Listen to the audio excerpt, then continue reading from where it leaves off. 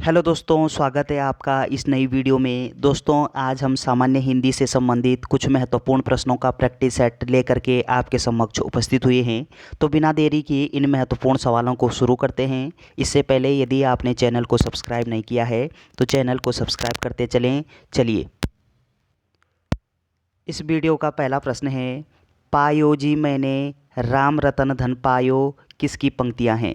तो आपसे पूछा गया है कि पायो जी मैंने राम रतन धन पायो, ये पंक्ति किसके द्वारा लिखी गई है।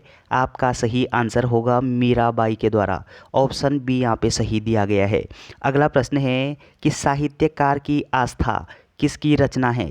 तो साहित्यकार की आस्था ये क्या है, एक रचना है, और ये रचना किसके द्वारा लिखी गई है। आपका सही आंसर होगा महादेवी वर्मा के द्वारा रची गई रचना है। कौन सी, आप बोलोगे साहित्यकार की आस्था। ऑप्शन ए यहाँ पे सही दिया गया है। अगला प्रश्न है कि निष्कपट में कौन सा उपसर्ग होगा। तो निष्कपट शब्द में कौन सा उपसर्ग है। आपका सही आंसर होगा कि नी उपसर्ग होगा निष्कपट में। ऑप्शन सी यहाँ पे सही दिया गया है।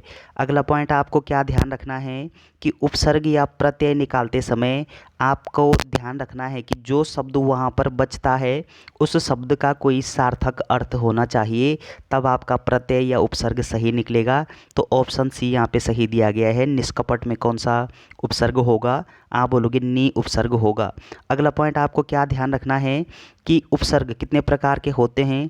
आप बोलोगे उपसर्ग जो है आपके हिंदी के उपसर्ग अलग होते हैं, संस्कृत के उपसर्ग अलग होते हैं। तो चलिए, संस्कृत के कितने उपसर्ग होते हैं, हिंदी के कितने उपसर्ग होते हैं, ये जानकारी भी आपको होनी चाहिए। प्रत्यय कितने प्रकार के होते हैं, ये जानकारी आपको होनी चाहिए। और उपसर्ग या प्रत्यय निकालते समय किन किन बातों का ध्यान रखना है, ये जानकारी भी आपको होनी चाहिए। तो आपका उत्तर सी यहाँ पे सही दिया गया है। अगला प्रश्न है कि अर्ध स्वर का चयन कीजिए। तो अर्ध स्वर कौन सा होगा इन चारों में से। आपका सही आंसर होगा कि वह अर्ध स्वर होता है। ऑप्शन ए यहाँ पे सही दिया गया है। अगला पॉइंट आपको क्या ध्यान रखना है कि हिंदी वर्णमाला में कुल कितने अक्षर होते हैं। आप बोलोगे 52 अक्षर होते हैं लेखन के आधार पर। और इन 52 अक्षरों में से स्वरों की संख्या कितनी होती है। तो स्वर सामान्य रूप से 11 होते हैं, और इनमें से अगर 2 ऐड कर दें, कौन से, अयोगवाह कहते हैं जिनको, अंग और अ ये अयोगवाह होते हैं, तब इनकी संख्या 13 हो जाती है और सामान्य रूप से 11 होते हैं।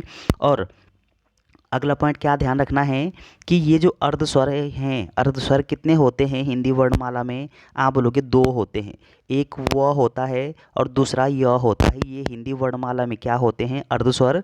ऑप्शन ए यहाँ पे सही दिया गया है। अगला प्रश्न है, निम्न में से उत्क्षिप्त व्यंजन का चयन कीजिए। तो उत्क्षिप्त व्यंजन कौन सा है इन चारों में से। आपका सही आंसर होगा कि ढ, ढोलक वाला जो ढ है ये उत्क्षिप्त व्यंजन होता है। ऑप्शन डी आपका सही उत्तर दिया गया है। अगला प्रश्न है कि ज्योति शब्द का विलोम शब्द चुनिए।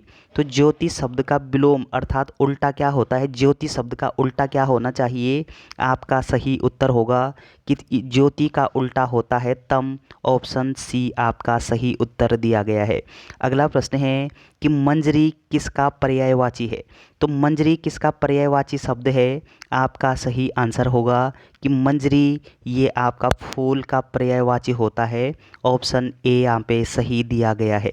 अगला प्रश्न है कि खेत रहना मुहावरे का अर्थ है। तो खेत रहना इस मुहावरे का अर्थ क्या होना चाहिए। आपका सही आंसर होगा युद्ध में शहीद होना खेत रहना मुहावरे का अर्थ होता है। ऑप्शन सी यहाँ पे सही दिया गया है। अगला प्रश्न है कि तर्कस किस भाषा का शब्द है। तो किस भाषा का शब्द होना चाहिए तर्कस। आपका सही आंसर होगा फारसी भाषा का शब्द है। ऑप्शन बी आपका सही उत्तर दिया गया है। अगला प्रश्न है कि शुद्ध वर्तनी का चयन कीजिए। इन चारों में से शुद्ध वर्तनी कौन सी होगी। आपका सही आंसर क्या होना चाहिए। आपका सही आंसर होगा कि वाल्मीकि ये यहाँ पे शुद्ध लिखा हुआ है अर्थात शुद्ध वर्तनी है। ऑप्शन सी यहाँ पे सही दिया गया है। ग्रहित गलत लिखा हुआ है, निरस्ता गलत लिखा हुआ है, ज्योत्सना गलत लिखा हुआ है। ऑप्शन सी वाल्मीकि यहाँ पे ठीक लिखा हुआ है। अगला प्रश्न है कि अग का अर्थ क्या होता है अचल। तो अग का अर्थ क्या होगा। अग का अर्थ होता है अचल और अग का अर्थ क्या होगा। आपका सही आंसर होगा कि अग का अर्थ होता है पाप। ऑप्शन डी यहाँ पे सही दिया गया है। अगला प्रश्न है, निम्न में से कौन पहाड़ी हिंदी की बोली है? तो पहाड़ी हिंदी की बोली कौन सी होगी? इन चारों में से आपका सही आंसर होगा। पहाड़ी हिंदी की बोली पूछी गई है, आपका सही आंसर है कि मंडियाली, ये आपकी पहाड़ी हिंदी की बोली होती है। ऑप्शन बी यहाँ पे सही दिया गया है। अगला प्रश्न है, ये तेरा शिशु जग है उदास में कौन सा अलंकार है? तो ये तेरा शिशु जग है उदास, इस वाक्य में अलंकार पूछा गया है आपसे। आपका सही आंसर होगा कि इसमें रूपक अलंकार होगा। ऑप्शन डी यहाँ पे सही दिया गया है। अगला पॉइंट आपको क्या ध्यान रखना है कि रूपक अलंकार में आरोप लगा दिया जाता है। ऑप्शन डी आपका सही उत्तर दिया गया है। अगला पॉइंट क्या ध्यान रखना है आपको कि अलंकार कितने प्रकार के होते हैं? आप बोलोगे कि अलंकार सामान्य रूप से ये दो प्रकार के होते हैं, एक शब्दालंकार होता है, दूसरा अर्थालंकार होता है। और अलंकार किसको बोलते हैं? आप बोलोगे कि काव्य की शोभा बढ़ाने वाले जो गुण धर्म होते हैं, जो शब्द होते हैं, उनको अलंकार कहते हैं। जिस तरीके से महिलाओं की शोभा आभूषण बढ़ाते हैं, ठीक उसी प्रकार से काव्य की शोभा बढ़ाने वाले जो शब्द होते हैं उनको अलंकार कहते हैं। तो दो प्रकार के होते हैं। चलिए, रूपक अलंकार आपका सही उत्तर दिया गया है। अगला प्रश्न है कि 10वां विश्व हिंदी सम्मेलन कब आयोजित हुआ? तो 10वें क्रम का जो विश्व हिंदी सम्मेलन है, इसका आयोजन किस वर्ष हुआ था? आपका सही आंसर होगा कि वर्ष 2015 में। तो 2015 में क्या होता है कि 10वां विश्व हिंदी सम्मेलन आयोजित होता है। ऑप्शन सी यहाँ पे सही दिया गया है 2015 में। और 2015 में कहाँ पर होता है ये? आप बोलोगे लाल परेड मैदान, भोपाल में लाल परेड नामक एक मैदान है, वहाँ पर ये 10वें क्रम का विश्व हिंदी सम्मेलन 2015 में आयोजित होता है। ऑप्शन सी यहाँ पे सही दिया गया है। अगला पॉइंट आपको क्या ध्यान रखना है कि प्रथम विश्व हिंदी सम्मेलन ये किस वर्ष होता है? आप बोलोगे कि प्रथम विश्व हिंदी सम्मेलन ये 10 से 12 जनवरी 1975 को होता है। कब होता है? 10 से 12 जनवरी 1975 को ये प्रथम विश्व हिंदी सम्मेलन होता है। कब? 75 को। 10 से 12 जनवरी 1975 को प्रथम विश्व हिंदी सम्मेलन का आयोजन होता है। तो ये पॉइंट भी आपको ध्यान रखना है। इसलिए क्या होता है कि 10 जनवरी को, प्रत्येक 10 जनवरी को विश्व हिंदी दिवस के रूप में मनाया जाता है। और राष्ट्रीय हिंदी दिवस कब मनाते हैं? आप बोलोगे 14 सितंबर को राष्ट्रीय हिंदी दिवस मनाते हैं। विश्व हिंदी दिवस 10 जनवरी को मनाते हैं। और हिंदी पत्रकारिता दिवस ये आपको कब मनाया जाता है? हिंदी पत्रकारिता दिवस आप बोलोगे 30 मई को हिंदी पत्रकारिता दिवस के रूप में मनाया जाता है। तो तीनों पॉइंट आप ध्यान रखिएगा। चलिए, अगला प्रश्न है कि पार्वती मंगल किसकी रचना है? तो पार्वती मंगल नामक जो रचना है, ये रचना किसके द्वारा रची गई है? आपका सही आंसर होगा कि तुलसीदास के द्वारा रची गई रचना है। कौन सी? आप बोलोगे पार्वती मंगल। ऑप्शन बी यहाँ पे सही दिया गया है। अगला प्रश्न है कि प्रेमचंद द्वारा रचित रंगभूमि किस वर्ष प्रकाशित हुई? तो रंगभूमि नामक जो रचना है ये किसके द्वारा रची गई रचना है? आप बोलोगे कि प्रेमचंद की रचना है। और इस रचना का प्रकाशन किस वर्ष किया था प्रेमचंद ने? आपका सही आंसर होगा 1924 में। ऑप्शन बी यहाँ पे सही दिया गया है। अगला प्रश्न है कि अपनत्व में किस प्रकार की संज्ञा है? तो अपनत्व शब्द में कौन सी संज्ञा होनी चाहिए? आपका सही उत्तर होगा भाववाचक संज्ञा। ऑप्शन डी यहाँ पे सही दिया गया है। अगला पॉइंट आपको क्या ध्यान रखना है कि संज्ञा सामान्य रूप से कितने प्रकार की होती है? संज्ञा का वर्गीकरण हम दो आधार पे कर सकते हैं। एक होता है आपका उत्पत्ति के आधार पर, दूसरा होता है अर्थ के आधार पर। तो उत्पत्ति के आधार पर संज्ञा कितने प्रकार की होती है? आप बोलोगे 3 प्रकार की होती है उत्पत्ति के आधार पर। अर्थ के आधार पर संज्ञा कितने प्रकार की होती है? आप बोलोगे संज्ञा अर्थ के आधार पर 5 प्रकार की होती है। तो ये जानकारी भी आपको होनी चाहिए कि उत्पत्ति के आधार पर 3 प्रकार की संज्ञा कौन कौन सी होती है?